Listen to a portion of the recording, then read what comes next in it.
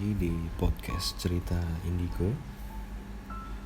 Sebelumnya thank you yang sudah komen dan subscribe di episode pertama gue. Jadi kalau kemarin di episode pertama gue sedikit coba ceritain apa sih indigo, kayak apa sih orang indigo itu. Banyak banget ya, tipikal dan jenisnya juga. Yang bilang orang indigo itu adalah orang yang memiliki indera keenam atau sixth sense juga banyak. Dan awalnya pun gue rasa sama dengan yang lain, mereka gak sadar punya kelebihan itu. Ya salah satunya gue pun juga begitu. Tapi di episode kedua ini gue akan coba ceritain ke kalian sedikit demi sedikit hal-hal apa aja sih yang gue pernah alamin dan gue rasain sampai dengan detik ini. So stay tuned.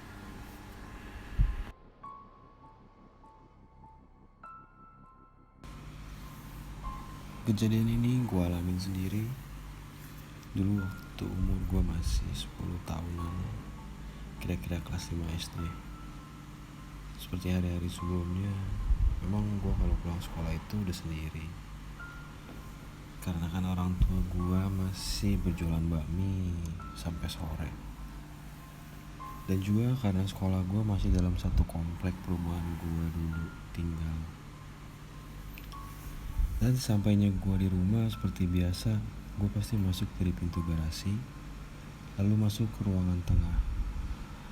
Nah berhubung kalau siang itu semua lampu pasti dimatiin kan, termasuk lampu di garasi gue, jadi memang gelap banget. Dan baru ada cahaya masuk begitu pintu kebuka. Nah di hari itu kebetulan gue habis ada ekskul tambahan di sekolah, jadi gue pulang pun agak sore, sekitar 5:30. Dan cuaca juga udah mulai mendung banget, jadi gue buru-buru dari sekolah jalan supaya sampai rumah sebelum hujan. Sesampainya gue di depan rumah, gue liatin kok lampu teras di depan rumah gue kok belum ada yang nyala, padahal udah mulai gelap. Jangan-jangan mbak gue lupa nih nyalain lampu. Ya wis, gue pikir gue sekalian masuk, gue mau sekalian nyalain lampu kan. Tapi begitu setelah gue buka pagar dan gue mau tutup pagar, tiba-tiba kedengaran suara ada yang manggil gue, Vino. Dan suara itu jelas banget di kuping gue. Dengan spontan gue jawab dong, ya sebentar, gue bilang. Sambil gue buru-buru kunci pintu, lalu gue masuk ke garasi. Nah begitu gue masuk dan gue buka pintu garasi, kan gelap banget tuh. Cuma ada sedikit banget cahaya masuk karena memang lagi mendung juga kan. Di ujung garasi itu gue lihat ada mbak gue lagi mau masuk ke ruangan tengah, terus naik ke atas. Terus gue bilang sama dia, mbak, cetekin lampunya dong, udah gelap karena mau hujan nih. Si mami udah pada pulang ya? Tanya gue sambil gue tutup pintu. Begitu pintunya ketutup, kok masih gelap? Kagak dinyalain ini lampu. Gue nengok ke belakang dong, gue mau lihat mbak gue ngapain sih. Ternyata mbak gue nggak ada dong di situ. Di sini gue masih mikir, apa mungkin dia nggak denger kali tadi gue ngomong ya.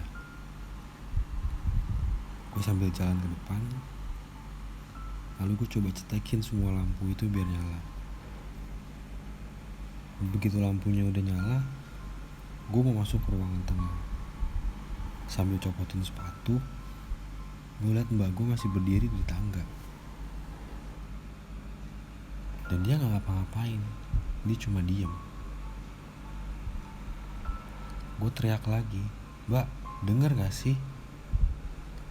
Terus dia mulai jalan naik ke atas.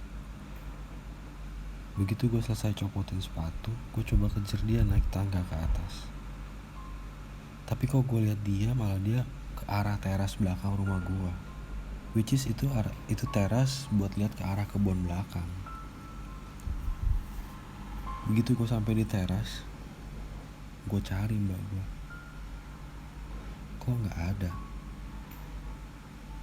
Lalu gue balik badan dan gue coba jalan ke kamar adik gue. Ternyata mbak gue lagi suapin adik gue makan. Lalu gue tanya ke mbak gue, "Mbak, tadi dari bawah terus ke atas ngapain? Dipanggil-panggil juga kenapa diem aja?" Mbak gue cuma senyum. Lalu dia ngomong, "Udah, kamu mandi dulu sana. Sebentar lagi mami papi mau sampai rumah." Dalam hati gue masih nanya, berarti tadi yang manggil gue juga siapa? Gak lama setelah gue selesai mandi, bokap nyokap gue sampai ke rumah. Lalu karena gue masih penasaran, gue tanya ke bokap gue, "Tadi pas sampai rumah, aku ngeliat si mbak, terus aku panggil-panggil tapi dia diam aja, dan dia tetap jalan terus." Bokap gue cuma jawab, "Mungkin kamu salah lihat." Setelah itu dia langsung mengalihkan pembicaraan ke yang lain. Dan gue pun masih coba mencerna arti dari ucapan bokap gue itu. Apa benar yang gue lihat salah? Tapi yang gue lihat itu benar-benar persis kayak mbak gue, dan dia jalan di depan mata gue. Well, di umur gue saat itu, jujur gue masih belum terlalu ngerti. Tapi rasa penasaran gue makin besar banget, karena apa yang gue lihat dan gue dengar itu bener-bener di depan mata gue dan di telinga gue. Dan di hari berikutnya, gue coba tanya lagi ke bokap gue, "Pih,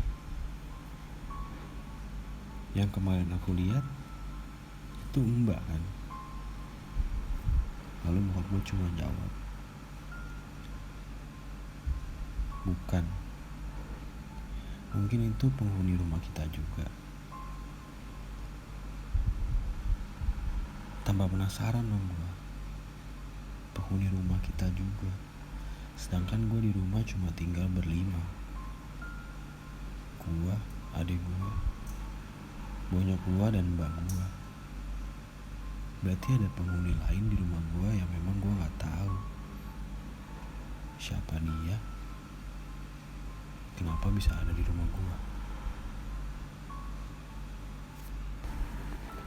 Buat kalian yang penasaran dengan lanjutan dari cerita gue, jangan lupa dinyalain tombol notifikasinya dan jangan lupa untuk di subscribe.